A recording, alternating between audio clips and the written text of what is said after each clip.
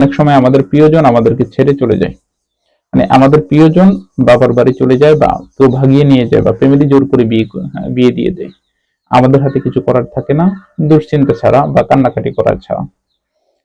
এমন অবস্থা আমরা কোনো কবিরাজের কাছে যাই, সেও আমাদের সাথে প্রতারণা করে। তাই আজকে এমন একটি তদবির দেব, কোনো কবিরাজের কাছে যাওয়ার দরকার নেই, আপনি নিজে করেন, সে এসে আপনার পায়ে ধরবে, আপনার ভালোবাসার মানুষ চলে আসবে, নিজের পায়ে হেঁটে চলে আসবে।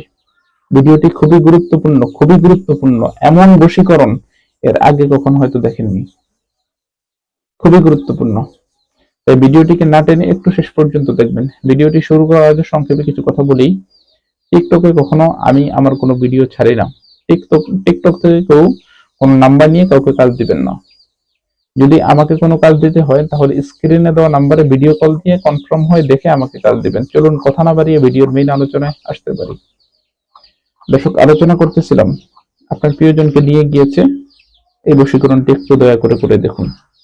আজকে যে বশীকরণটি দিয়েছি, যে তাবিজটি, একটা তাবিজ দিব, তাবিজটি আমি কোন নিয়মে লিখবো এটা দেখাবো না, তবে একে তাবিজটি সম্পূর্ণ একে আপনাদেরকে দিচ্ছি, ভিডিওর শেষ দিক দিয়ে দিব।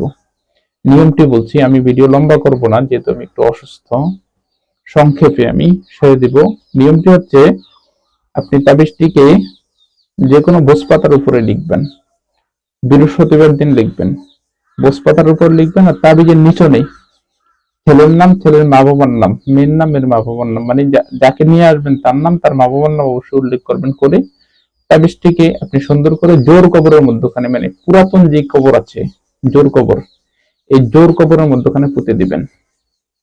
জোর কবরের মধ্যখানে মাঝখানে, মানে পুরাতন জোর কবর বলতে পুরুষের কবর হতে পারে বা মহিলার কবর হতে পারে, এটা নিয়ে কোনো সমস্যা নেই।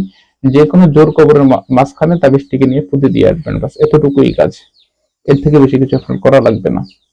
আমি আপনাকে কথা দিলাম, 100% আমি কথা দিলাম, কাজ হয়ে যাবে।